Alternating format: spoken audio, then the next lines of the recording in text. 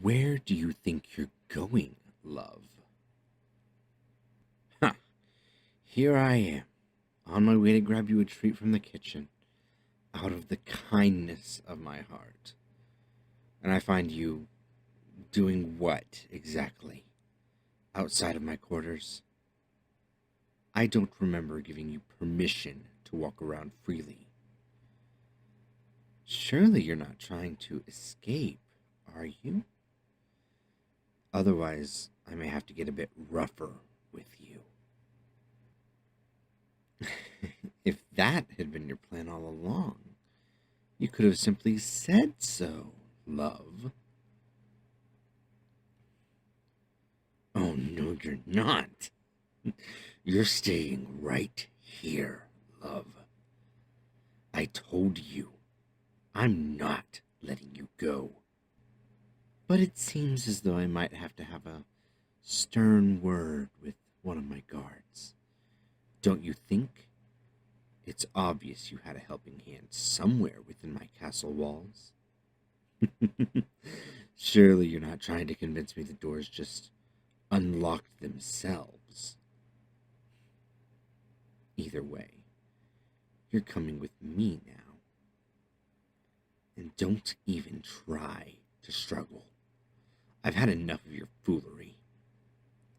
If you bother me anymore, I won't be very gentle. I can promise you that much, love.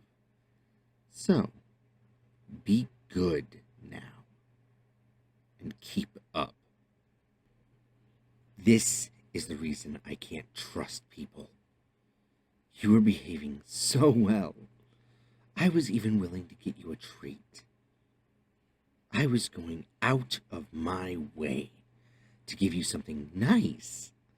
Rather than sending a servant, I was even willing to get it myself. That's how good you were.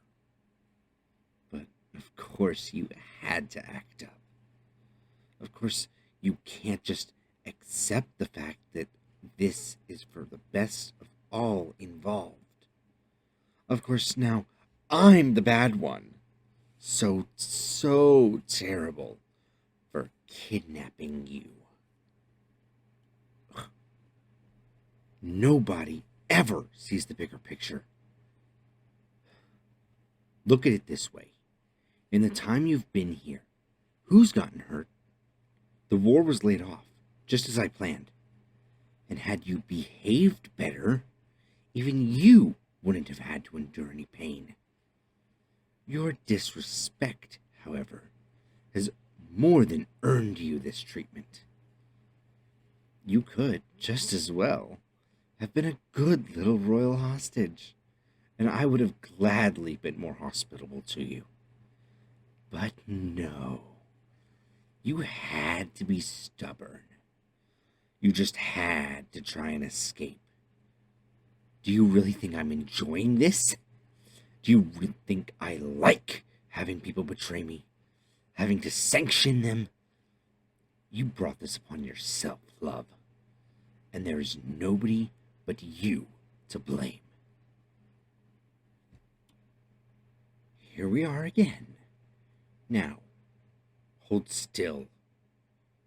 It looks like simply locking you in wasn't enough.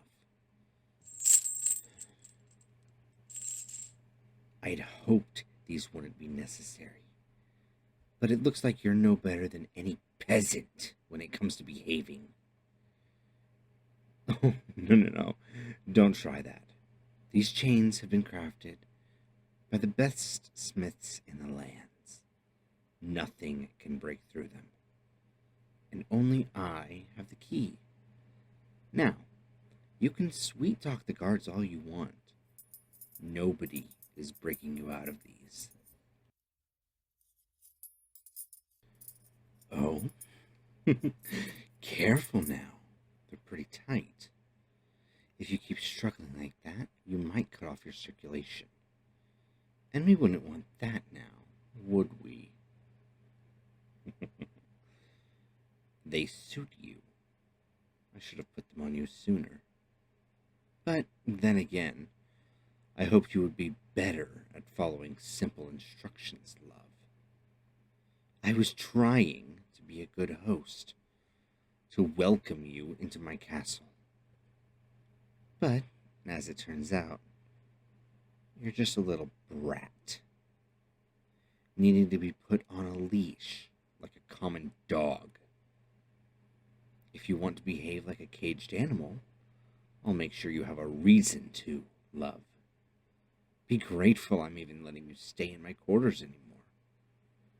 I could have very well placed you in a dark, clammy cell, or locked you inside my torture chambers.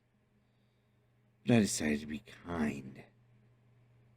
I'm letting you stay in my bedroom to allow you to sleep on warm rugs rather than rough, freezing stone floors. I even gave you a pillow, love. You're getting quite the special treatment in comparison to my prior guests. You should consider yourself lucky. You're still alive, after all. And I haven't even broken any of your bones yet.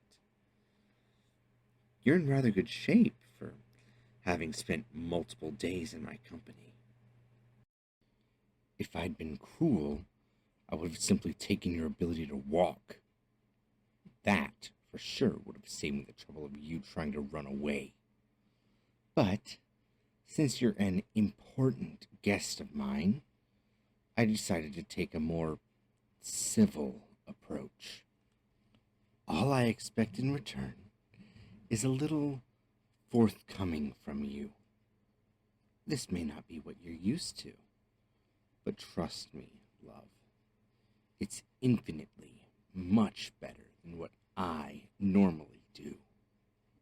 Had I treated you like any other traitor, your frail, royal little body wouldn't have been able to take it, breaking after only a few hours. You're weak, love, treated with silken gloves all your royal life. When the crown inevitably went to you, you'd have been a fool of a ruler, a pathetic little excuse of a monarch. Consider this as me doing you a favor. Have you ever felt hunger before? That burning sensation in the pit of your stomach, so intense you feel like fainting. All your senses losing grip on reality as your memory goes blurry and you almost forget who you even are. Have you ever been locked up and forced to sleep on solid floor? Felt a cold so freezing it almost seemed like it was coming from inside of you? You noble bastards don't even know how well you're off. If I had to grow up, shut off from the world, hidden away for nobody to find out about the king's bastard, then so will you. I want to watch you crumble beneath even a fraction of the pain I felt. You'll know what it feels like to be disregarded. You'll know what it's like to be hated, to experience that rough thirst, like sand in your throat. You'll see what it's like to starve, to feel filthy, lonely, loathed, where only the diseased rats in the cellars are your companions, and the dirt around you is your home. You, my love, will suffer in so many ways. And I promise you, if you get out of here alive, you'll be a stronger person for it. A true leader. Somebody who has felt pain, bitterness, torture. Go ahead, love. Thank me for it. Or curse me, if that makes you feel any better. I couldn't care less. In the end, You're utterly meaningless to me.